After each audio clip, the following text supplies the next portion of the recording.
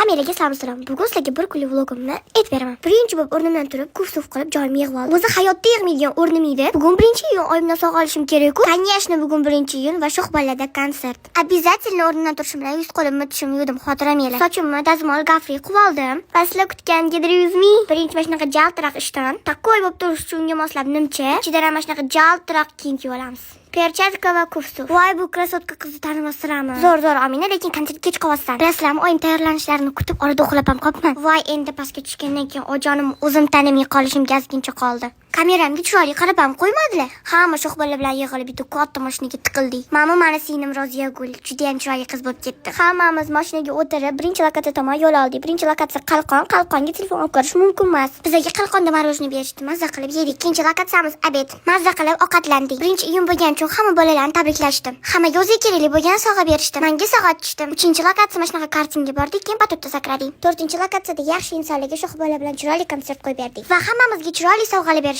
To'rtinchi lokatsiya Dream Park. Shunaqa odam ko'p, lekin hammamiz zo'r qilib o'ynab berdik. Beshinchi lokatsiya Magic City. Magic Cityda juda ham ko'p odam bo'ldi. Lekin yarim soat sahnani hech kim bermasdan jartirab o'ynadik. Bizlarni qo'llab-quvvatlab konsertga kelgan hammaga katta rahmat.